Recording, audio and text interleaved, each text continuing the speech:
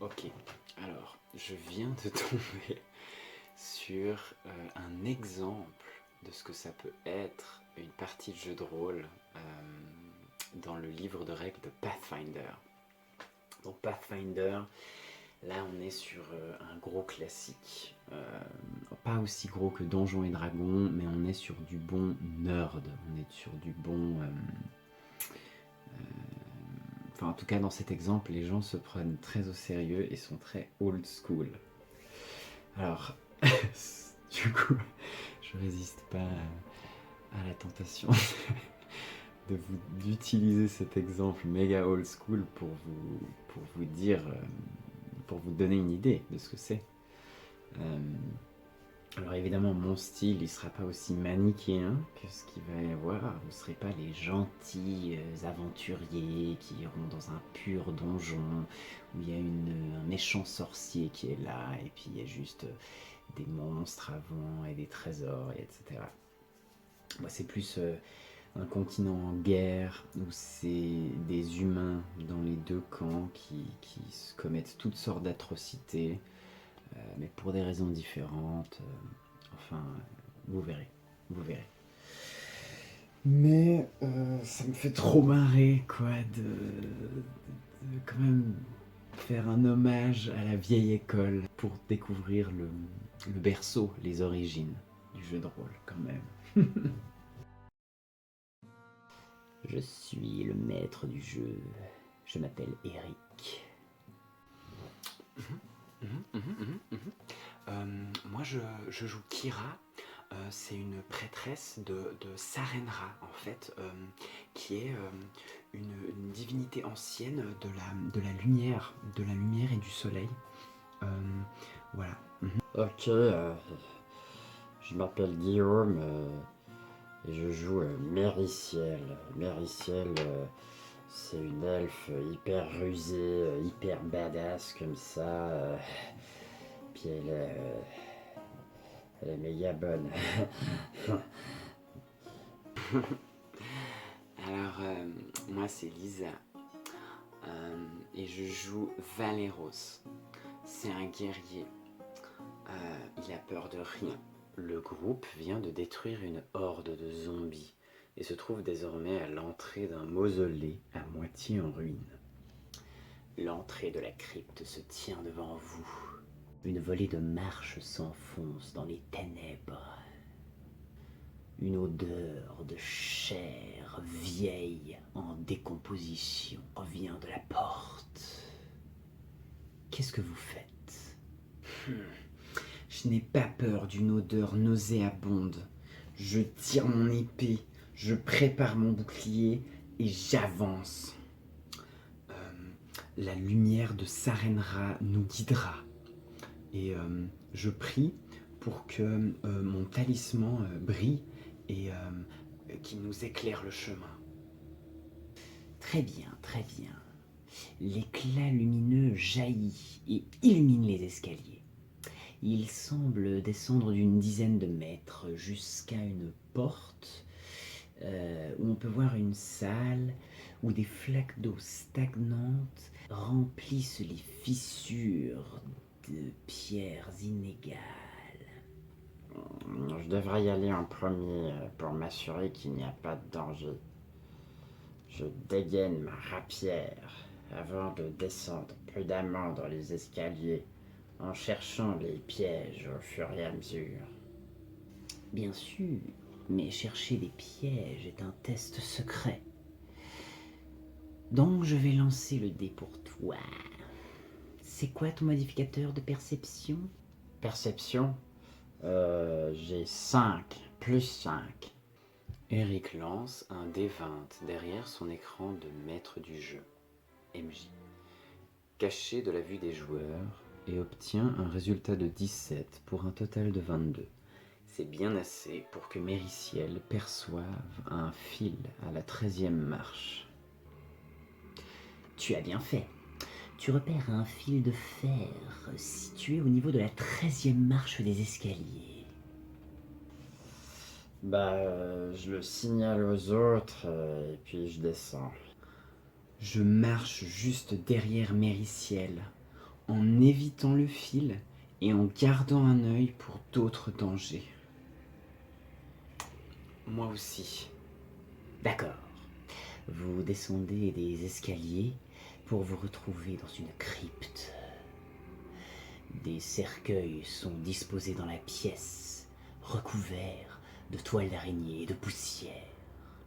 Droit devant vous, sur une estrade surélevée, il y a un tombeau en pierre orné de symboles d'aspect maléfique. On devine qu'il était avant enchaîné de chaînes de fer. Mais les maillons sont tordus et maintenant éparpillés dans la pièce, ainsi que des morceaux de ce qui a dû être le couvercle du cercueil. Au vu des dégâts, on dirait qu'il a été brisé de l'intérieur. Sarenra nous protège. Je dégaine ma lame et je m'approche pour étudier ces symboles mystérieux. J'aime pas ça, ça pue. Je la suis. Je pense que je vais rester en arrière et me cacher derrière un des cercueils.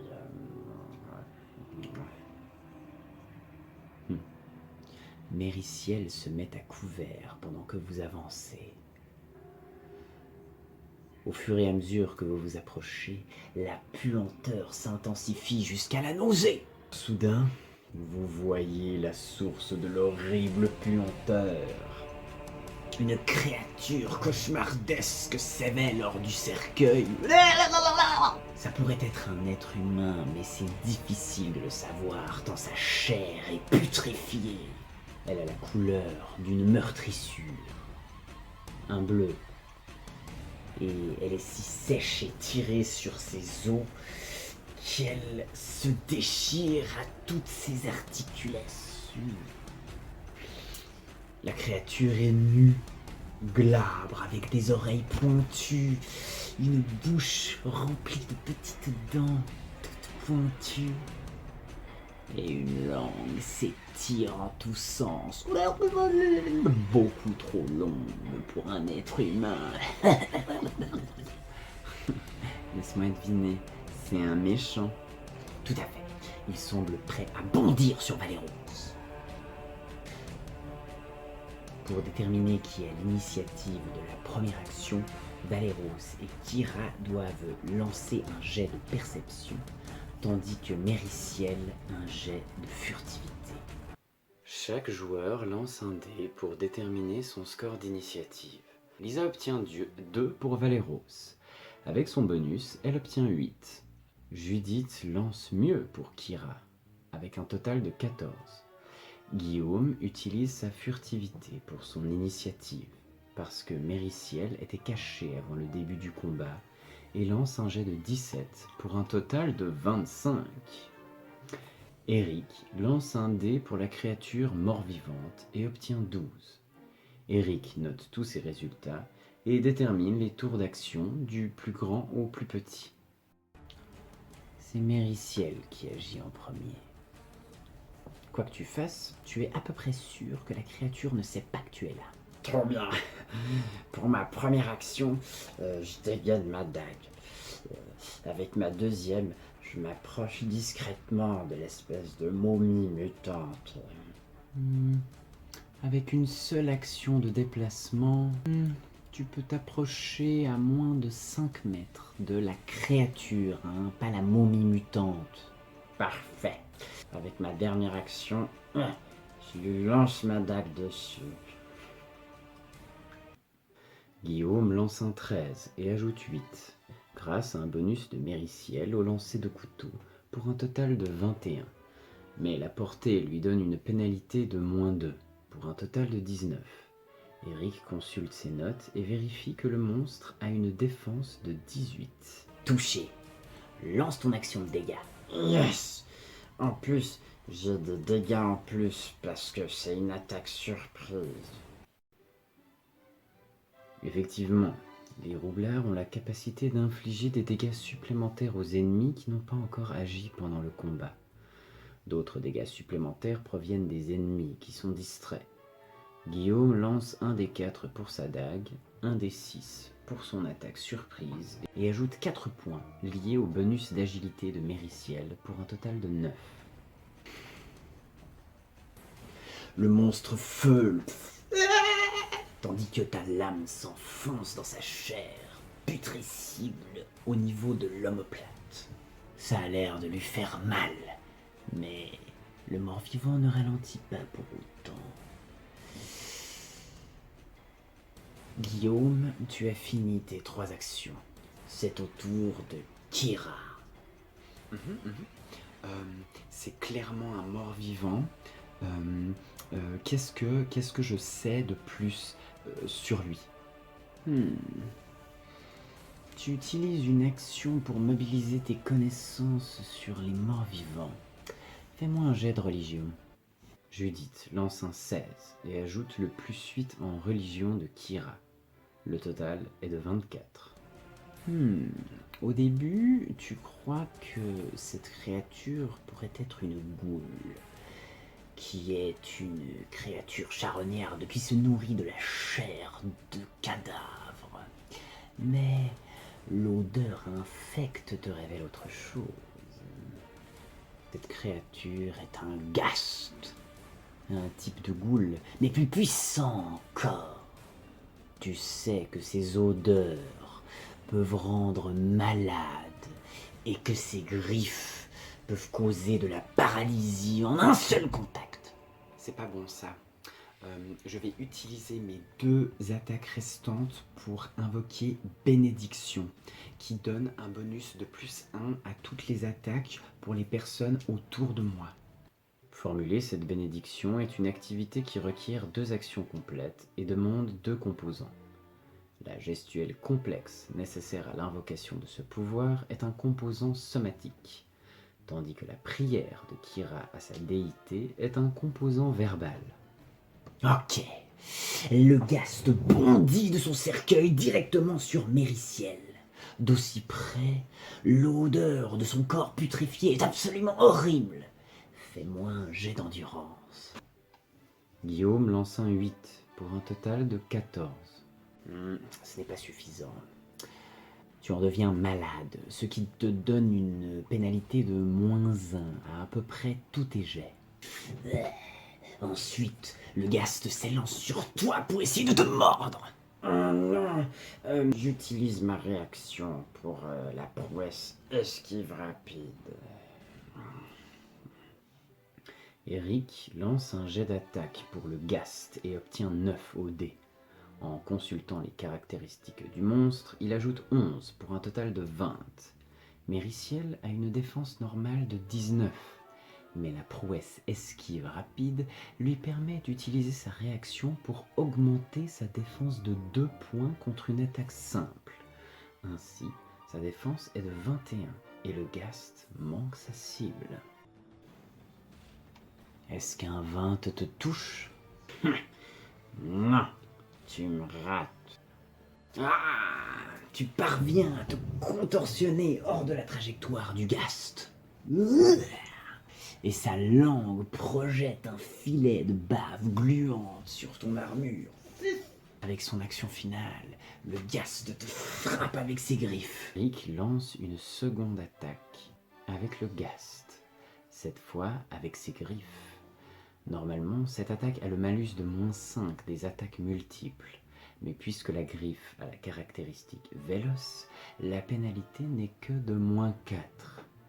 Il lance 19 au dé, ajoute les 11 points du modificateur d'attaque des ghouls et soustrait 4 pour un total de 26.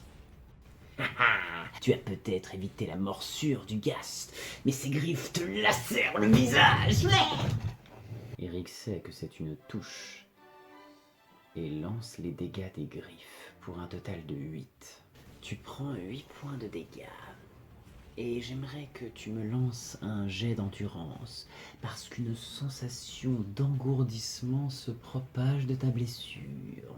Guillaume lance son jet d'endurance. Il obtient 4 au dé et après avoir ajouté son bonus et sa pénalité liée à sa maladie, le résultat est de 9. Oh, J'ai vraiment pas de chance. Est-ce que 9, c'est assez? Je crains que non. Te voilà paralysé. Eric note que Mériciel est paralysée, ce qui l'empêche d'agir. Mais à chaque fin de tour, elle fera un autre jet d'endurance pour savoir si elle parvient à surmonter son affliction. Un rire sec et grinçant s'échappe des lèvres retroussées du ghaste. Mais c'est la fin de son tour. Valéros, c'est à toi d'agir. Ah bah enfin.